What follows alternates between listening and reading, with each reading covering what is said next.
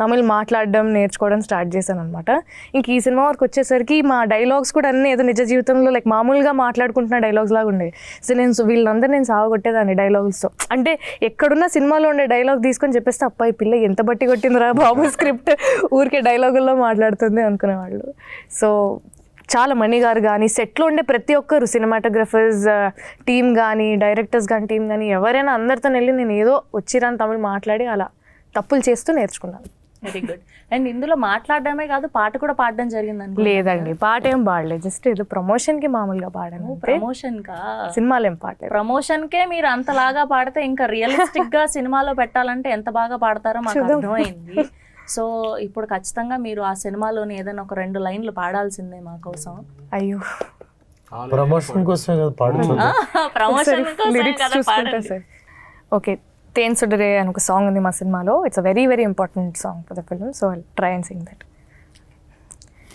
என் விழியெல்லாம் கனவாய் நின்றாய் உறவே, ஏன் வலியெல்லாம் நூறாய் தந்தாய் உயிரே, விடை நான் புரியாமல் திணறுகிறேன், விலகாமல் விலகுகிறேன், புதிரானாய் சிதறுகிறேன் தினம் தினமே, என் உயிரை உண்ணும் தேன் சுடரே, என் உறக்கம் கொல்லும் தேன் சுடரே, என் உயிரை உண்ணும் தேன் சுடரே, என் உறக்கம் கொல்லும் தேன் சுடரே.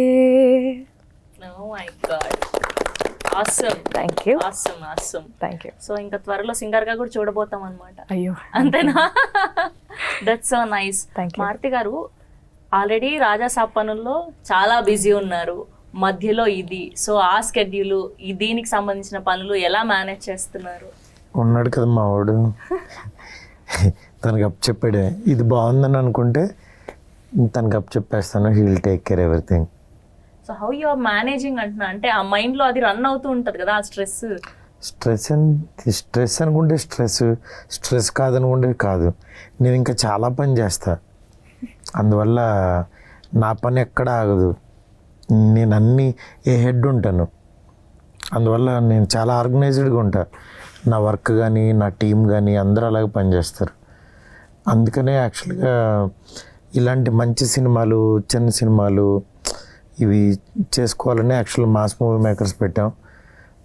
దాని తర్వాత యాక్చువల్గా తను ప్రొడ్యూసర్గా చేసిన తర్వాత ఇప్పుడు మంచి క్వాలిటీ ఫిలిమ్స్ చేయగలుగుతున్నాం.